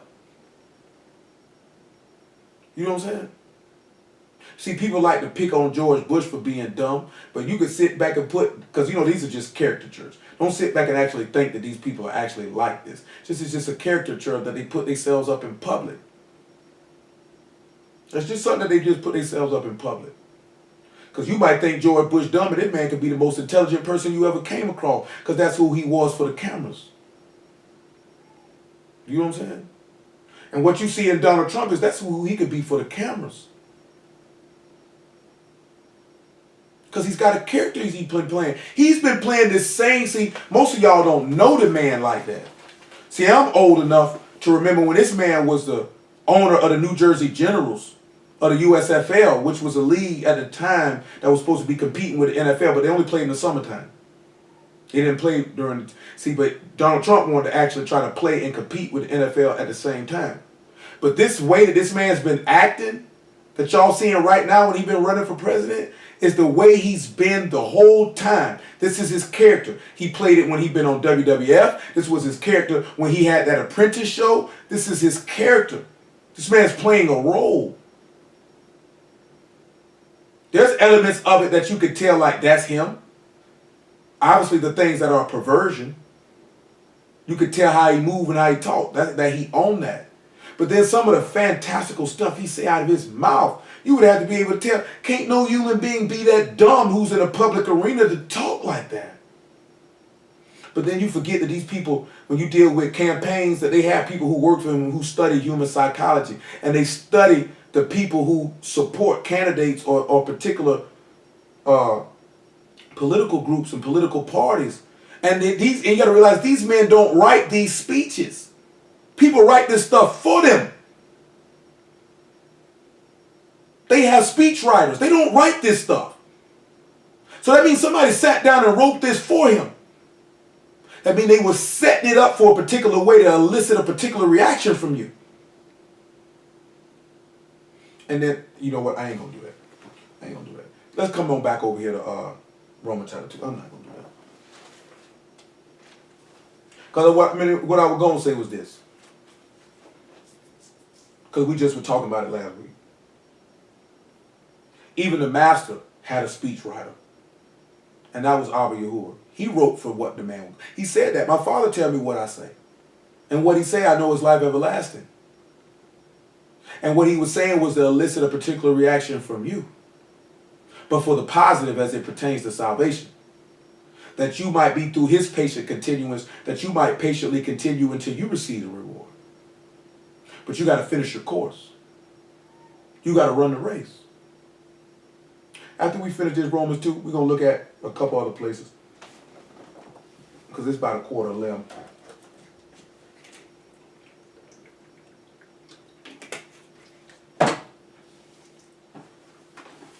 What we got? Romans 2 and I'll read 7 again. To them who by patient continuance and well-doing seek for esteem, honor, immortality, and eternal life. But unto them that are contentious who do not obey the truth, but obey unrighteousness and indignation and wrath, tribulation and anguish upon every soul of man that do evil, of the Yahudim first and also of the Gentile. But esteem, honor, and shalom to every man that work good, to the Yahudim first and also to the Gentile. For there is no respect of persons with Elohim. For as many have sinned without Torah shall also perish without Torah. And as many have sinned in the Torah shall be judged by the Torah. For not the hearers of the Torah are judged before Elohim, but the doers of the Torah are judged shall be justified. So you see people, they's like, see, you got to keep the law. But in another place, Paul say, you're not justified by the works of the law, but by the faith in Yahushua, faith in Mashiach. So they say these things seem to counteract each other. But then they actually don't. And let's see why. Because we know in John chapter 1, he said the word was made flesh and dwelt among us. I mentioned it earlier. Psalms 22, Job 42. Because you got to understand something. He said, he that have an ear to hear, let him hear.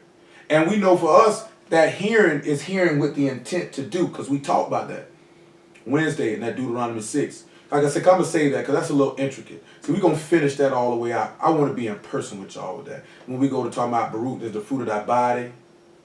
And the things that he said that you would get, and the loving this man with all your understanding and all your soul and all your might. And what we talking about is actually going to lead to that, because you're talking about that patient continuance to be able to do it.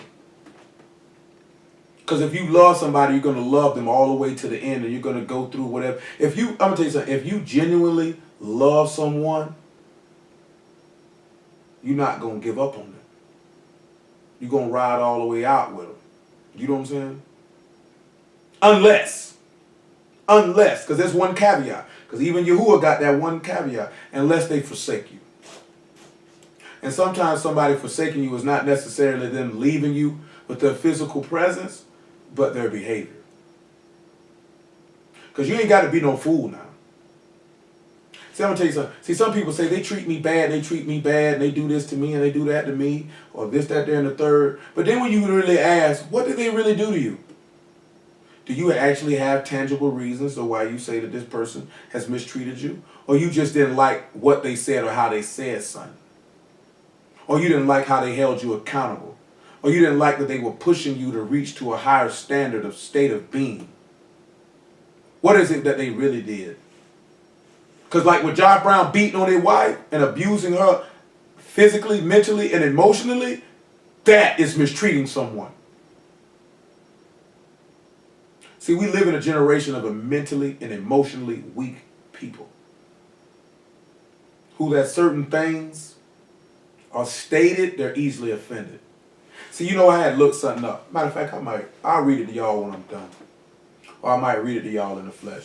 But you know, we were talking about that aggressive personality and the stuff that's contained in it. So, you know, I went and looked some of that stuff up.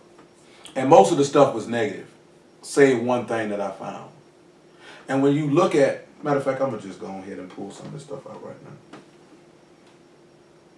Dang, what I just asked for. I'll figure it out in a minute. But when you look at some of the things that were contained with somebody who has an aggressive personality, it says that they move, the interest of aggressive personality type is that they move to be in positions of leadership and undertake huge responsibilities. That they compete with confidence and they never back away from a fight. You know what I'm saying? They're self-disciplined and being able to impose discipline on others. They reach goals. They accomplish objectives. They're active and adventurous and physically assertive. It said they take charge. They operate within a traditional power structure where everyone knows his or her place and the lines of authority are clear. They prefer a tight ship and are highly disciplined and oppose rules of order, and they expect others in their charge to follow. Say they're expedient. Say they're aggressive. They take practical, pragmatic ways of achieving goals. They're orderly and conservative. They're shrewd and benevolent, and they're protective and they're generous. They have purpose.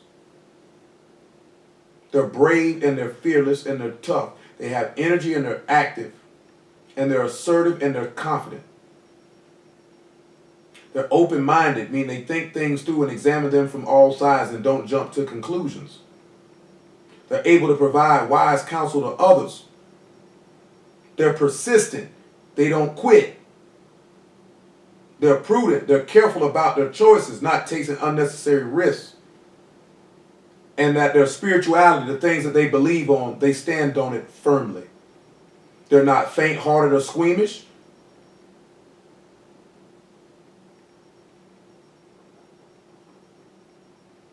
And I think that's all of it. So when you think about that, all of these things, these are things that are representative of your Elohim and the things that actually make you a man. But that type of personality trait is frowned on. Why is it frowned on? Because people are weak emotionally and they can't handle that type of stuff. They can't handle it. Psalm 22.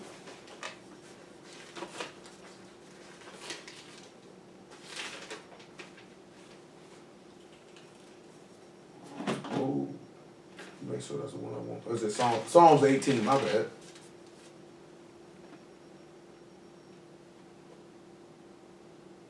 Psalms 18, 44. Psalms 18, verse 44, and then Job 42 and 1. My bad, y'all. He said, as soon as they hear of me, because he say it's the doers of the word that are, you say not the hearers of the word, but the doers, right? But when you hear this word, it should cause something to happen. He said, as soon as they hear of me, they shall obey me. The strangers shall submit themselves unto me. Which means you would come under his authority, right? Let's look at Matthew 11 and 28 real fast before we look at Job 42. Because look at the master telling you the same thing. As soon as you hear about it, you ought to submit. And then after that, you should continue patiently. Matthew 11 and 28. Come unto me, all ye that labor and are heavy laden, I will give you rest. Take my yoke upon you and learn of me. For I am meek and lowly in heart, and you shall find rest unto your souls. For my yoke is easy and my burden is light. You notice he say, come learn of me. Take my yoke upon you and learn of me. Submit yourselves unto me and learn of me. Hear me and submit to me. Because it's what they say with that word of faith that we preach. And we're going to read that in a moment. Come to Job 42.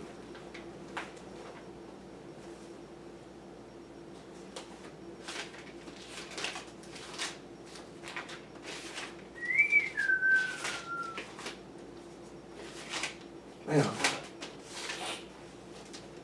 42 and 1. Then Job answered Yahuwah and said, I know that thou can do everything, and that no thought can be withholden from thee. See, hold on. See, some of y'all think y'all can hide from this man. He told you in Ezekiel, he know every thought come in your head. That's why that's why that man told you, I know you. You don't have the love of Elohim in you. You don't have that compassion continuance in you. You don't have that trust and hope in me. You don't hear my word with the intent to do it. He said, who is he that hide counsel without knowledge? Therefore I have uttered that I understood not. Things too wonderful for me, which I knew not. Hear, I beseech thee, and I will speak. I will demand thee, and declare thou unto me. I have heard of thee by the hearing of the ear, but now my eyes see. See, when you hear the Son, you ought to be able to see him in a book. And you notice he say, I uttered things that I understood not. Things too wonderful for me, for which I knew not. That's a problem with a lot of people. If they speak on things that they don't know, they speak on things they don't understand that are too powerful for them. And they get themselves in trouble. Because I was just talking to somebody, talking to Lil Muff about it, like, actually. And she know what I'm saying? Like, there's nothing wrong with asking questions. I definitely don't. It don't bother me none. But the problem coming at is that sometimes people ask questions on things that are above their pay grade. David say, I don't exercise myself in matters too high for me. And we're talking about saying, like, nigga ask all these questions, and these questions are outside the realm of what you need to know. Because again, that's going on not with patient continuing. Because nigga feel like, I want to know something right now, and if you don't tell me right now, then it's a problem because you won't tell me right now. But it's sometimes that it's been certain things that I done looked at in the word and they didn't come to me and I just waited. I didn't speed off and be like, you got to show this, reveal what this means to me right now. He'll let me know what it means when he read it. Period. Maybe he don't want me to know. Maybe that's too high for me to understand. See, that's one of the things you sit back and you look at when those thunders were uttering, when that book was open. And he told, man, John, close that up, man. Don't write that down. Because that's too wonderful for you. That's not for you to know. But our mind, we feel like we supposed to know everything. And then that questioning and wanting to know everything when you asking about things that's outside your pay grade. A lot of times people ask questions about stuff because they trying to do something. Not all the time. But a lot of times. I know the instance of what I'm referring to, what me and Lil Muff were talking about. That nigga was trying to do something they wanted to do. And they was looking for an answer for the justification for doing what they were trying to do. Because she was just trying to get an understanding of something in the book of seeing a real life application of this. You know what I'm saying? See, some of the best ways to understand certain things in the Word is to actually watch somebody fulfill the book and they don't know they're fulfilling it. Well, you see somebody behaving like, boy, that's what Amaziah did. That's what Saul did. That's what Hananiah did. That's what Jeremiah did. That's what such and such did. You begin to see the book. That's what Ahab did. Oh, man, I remember that. That's that nigga doing the same thing Manasseh did. Then that spiritual concept of what this man was trying to teach you come to life because you actually looking at it. Asking about certain things about what does this mean scripturally is not asking. You know when you asking about something that's outside your pay grade. That's too wonderful for you. That's too high for you. Those statements are not in this book because they're just there. Because humble people who go by patient continuance will know it's certain things that are too high for me. And if he see fit to allow me to know it, he'll do that in his season, not in mine. Some things are not that. I know Quandra asked me a couple of things last week. Those things don't fall into that classification. Those are general, regular, standard questions. You know what I'm saying? That she asked. So what classifies as a high pay grade question? Depends. Like, it could just be certain things that pertain to the ministry. Certain things that don't have nothing to do. Like if you're not a preacher, there's certain things that you ask, they don't pertain to you. You know what I'm saying? Like some of those things that don't pertain to you. Like that ain't got nothing to do. That'd be like it'd be like this here, right? They ask the master certain things that ain't had nothing to do with them. You know what I'm saying? And he would just sit back and look at him and say, "Why you tempting me?" But just because of the man he was, he went ahead and told him anyway. You know what I'm saying? It's just some things that are for Elohim and not for man. And some things are for the priest and for the subordinates of Yahuwah and not for the people. You can see that with Leviticus. That's some of that stuff that he was telling. That wasn't for the people. That was for the priests. That stuff them priests had to do, they had nothing to do with the people. That wasn't their concern. That had nothing to do with them. It was certain stuff the master would pull the apostles to the side and drop on them. Because that wasn't for the people. That was for them. That wasn't for the people to know. You know what I'm saying? How our minds are classified, we think that we all supposed to know it. He say, surely Yahuwah do nothing. He revealed his secret unto the prophets. His prophets come tell the people what he want them to know. I just put it in the scenario of we feel like he's supposed to tell us everything, but no parent tells their child everything that they're doing. You wouldn't go to your mama and daddy and be like, what you doing and why you doing it. You wouldn't go do them like that. But we feel like Yahuwah's supposed to tell us what he doing and why he doing it, and then we feel like if he don't tell us, there's something wrong with Yahuwah. No, there's nothing wrong with him, something wrong with you. Romans 10 and 14 though. I gotta get ready to let y'all depart from my body.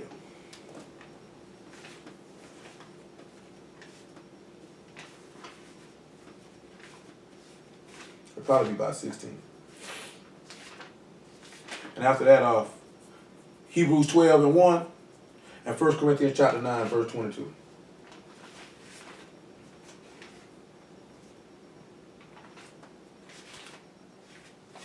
Man, it's like the page just don't want to present itself or something. See, I was going to read Romans chapter 9 on what I was talking about him saying he know the love of Elohim is ain't in you. Is when he was talking about how the Gentiles saw the righteousness by faith, and we saw it by works of the law, and we stumbled at the stumbling stone, the stumbling at Mashiach. Because we thinking that this law gonna give us this justification. It's gonna direct us and lead us in the way that we need to go. Not sitting back looking at it is that you thinking you justified by hearing it, but that law is not developing that patient continuum. He said the just shall live by their faith. So it's your faith in this man. We'll look at Galatians 3 after I read this Romans 10. You're looking at it as your faith in this man, what causes you to continue. See, Paul say, I finished, we'll read that too. When he talked about he finished the course, he fought the good fight of faith. He had the strength to continue. So the race was given unto him because he endured.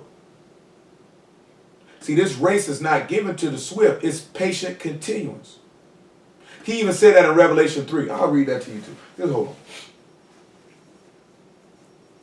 Romans 10 about verse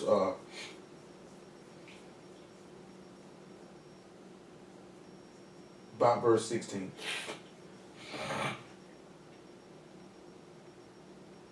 Matter of fact, I'll read verse 5 though, and then move our way to 16. I ain't gonna read it all the way down. Well, make it 4. Make it 3 actually. He say, for they being ignorant of Elohim's righteousness, going about to establish their own righteousness, have not submitted themselves unto the righteousness of Elohim. For Mashiach is the end of the Torah for righteousness to everyone that believes. When he's saying end or the goal, the aim of the Torah was to get you to the Son, so that your faith would be in him, that you would continue in him. For Moses described the righteousness which is of the law, that the man which do these things shall live by them. But the righteousness which is of faith speak on this wise, say not in thy heart, who shall ascend into Shamahim, that is to bring Mashiach down from above, or who shall descend into the deep, that is to bring up Mashiach again from the dead. But what saith it? The word is nigh thee, even in thy mouth and in thy heart, that is the word of faith which we preach. See, that's the difference. See, the law tell you that righteousness is you walk in that. But the righteousness which is of Mashiach is, we know that man fulfilled what's in 2 Kings chapter 2 with Elijah going in up into Shamahim. We know that man say, shall you see, huh? What's going on, bro? He say Mashiach sat back and said like this here, right? What and if you see the Son of Man ascend up to where he was before? You know what I'm saying? He say, it's expedient to you that I depart, for if I depart, then I will send the Comforter. You can't go up to Shamahim and pull this man out the Kadesh tabernacle where he sit at the right hand of Abba to make intercession for you. You can go in the grave and pull it. Your hope is that this man resurrected from the dead like he said he did. Like the apostles bear witness that he did. Knowing that he overcame death and overcame sin in order to redeem you. That's why you got immersed in his death to be made likeness in his resurrection. You can't pull that man out the grave for that. That's where your faith rests up at. That this man died and rose and ascended on high to forever make intercession for you, being a representation of your atonement in a set apart place, that your sins can be forgiven. That's a faith. You can't get that through the law. I always say, I know you to love Elohim ain't in you, because if it was, you would come to me. And you would come to me because you heard of me and you submitted yourself to me, and you would continue patiently until I came. But oh, we don't want to do that, because that will require some effort. Verse 16 of this same chapter. But they have not all obeyed the gospel, for Yeshayahu saith Yahuwah, who have believed our report. So he said, you didn't believe our report. Again, you see what he said, our report. So the report wasn't the law. The report was the testimony of Mashiach. He said they didn't believe it. Hold this and look at John chapter 12, where he quote this very same thing and see what the people were doing.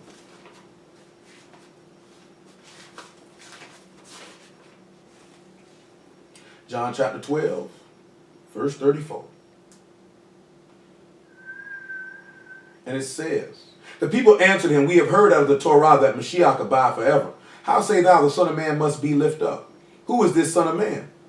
Then Yahushua said unto them, yet a little while is the light with you. Walk while you have the light, lest darkness come upon you. For he that walk in darkness know not whither he go. While you have the light, believe in the light, that you may be the sons of light. These things spake Yahushua, and he departed and hid himself from them. But though he had done so many miracles before them, yet they believed not on him. That the saying of Yeshayahu the prophet might be fulfilled, which he spake, Yahuwah, who have believed our report, and to whom have the arm of Yahuwah been revealed. And notice that come back to Romans chapter 10, where Job said, I heard of thee with the ear, but now my eye have seen. Because if you believe the report, then the arm of Yahuwah would be revealed. And then once it's been revealed and you see him, because you believed on him, then you would follow him. But before you can follow him and hear that law to be justified and will do that law to be justified by it, you had to hear that law to be justified by it. You had to hear Mashiach preached. Therefore you would do Mashiach or walk as he walked and become him. Therefore you will be justified. And again, the knowledge of my righteous servant shall justify many. Your justification comes from the Son, not from the law. So the race ain't given to the swift nor the battle to the strong, because you got to become weak as he became weak. And you got to be patient like he was patient. And we don't want to do that to attain the same reward that he obtained, to get that honor that he got. He's honored by being called the son of the living Elohim. We seek to overcome to be honored and be called the sons of the living Elohim. Come out from among you and be thee separate, and I shall receive you, and you shall be my sons and daughters, saith Yahuwah al Shaddai. That's what he told you. You understand what I'm telling you? Then they said to sit back and you sit back to get immortality. This man resurrected from the dead and lives forever. And you sitting back looking at your behaviors in Shamahim, where you look for your vile body to be changed into his esteemed body. That's immortality. He said, in the twinkling of an eye you shall be changed, and this mortal shall put on immortality. Therefore, the saying that death has been swallowed up in victory. That's what you're looking for. He said, he that honor me, my Father will esteem. Why? Because you patiently endured. That man said, I could call on my Father right now for 12 legions of Malachim, but instead I will patiently endure. Because the race ain't given to the swift. Don't be no Saul now. Say, oh, he took too long. I had to force myself to do this. You know what I'm saying? I had to force myself to do it. All right. You're going to force yourself to be somewhere you don't want to be at. Come on back to Romans 10.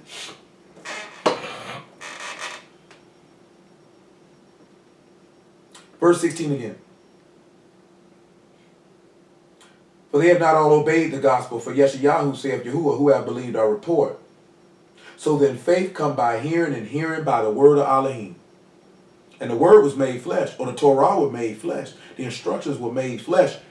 This is my beloved son in whom I'm well pleased. Hear ye him. Because you're gonna be hearing with the intent to do. See, a lot of us hear stuff, but we don't have no intention on doing it. Come on back to come to Hebrews 12 and 1 actually. And then Revelation 3 and 9. And then we'll stop at 1 Corinthians 9 and 22.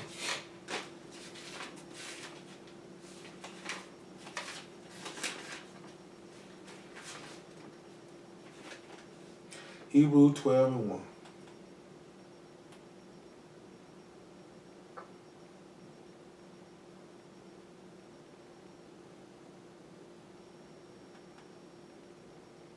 Hebrews 12 and 1. Wherefore, seeing we are also compassed about with so great cloud of witnesses, let us lay aside every weight which doth easily beset us, and let us run with patience the race that is set before us. See, if we sit back and run that race with patience, we could get the reward. Look at what he said after he said run the race with patience. Look what the writer of this epistle say. Looking unto Yahushua, the author and finisher of our faith, who for the joy that was set before him endured the stake, undershowing you that the battle's not given to the strong, nor the race to the swift, despising the shame, and is set down at the right hand of the throne of Elohim. For consider him that endured such a contradiction of sinners against himself, that you be wearied and faint in your minds. See, time and chance, time and opportunity happens to all. Where your faith is going to be tested and tried. To whether you're going to be able to win the battle and run the race. Revelation 3 and 9.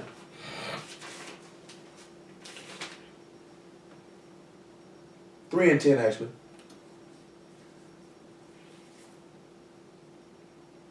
Because thou hast kept the word of my patience, I will also keep thee from the hour of temptation, which shall come upon all the world to try them which dwell upon the earth. Behold, I come quickly, hold that fast which thou hast, that no man take thy crown. Remember he say, if you done kept my word of patience. See, when you hold, he say, Baruch is the man that endured temptation, for he'll receive a crown of life which Yahuwah has promised to those that love him. Because that's where that time and occasion come in. You're going to get tried and tested. Time and chance happens to everybody's going to be tried. And you got to hold that word of his patience. This whole word is about patience, enduring, continual patience, patient continuance, and enduring and holding on to the word. In the face of all adversity, in the face of all situations. Which if you do not, you end up like Saul. You lose a kingdom. Why would we lose a kingdom when all we have to do is endure? What it is, 2 Timothy chapter 4. 2 Timothy 4 and 6, and then 1 Corinthians 9 and 22.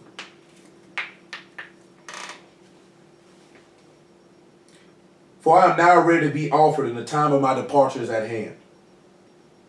I have fought a good fight. I have finished my course. I have kept the faith. You know, he said occasion that course. I fought, I endured, I patiently fought and stayed. You don't know how long your fight gonna be for, but you got to keep going. You have to take your time. You have to take your time. You don't have to speed. You don't have to rush. You got to take your time.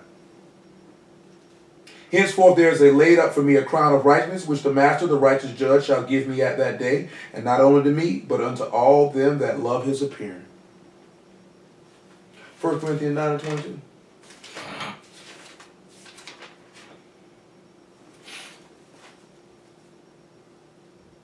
Well, 9 and 24. Know ye not that they which run in a race run all, but one receive the prize, so run that you may obtain. And every man that strive for the mastery is temperate in all things. Now they do it to obtain a corruptible crown, but we an incorruptible. I therefore so run, not as uncertainly, so fight I, not as one that beat the air.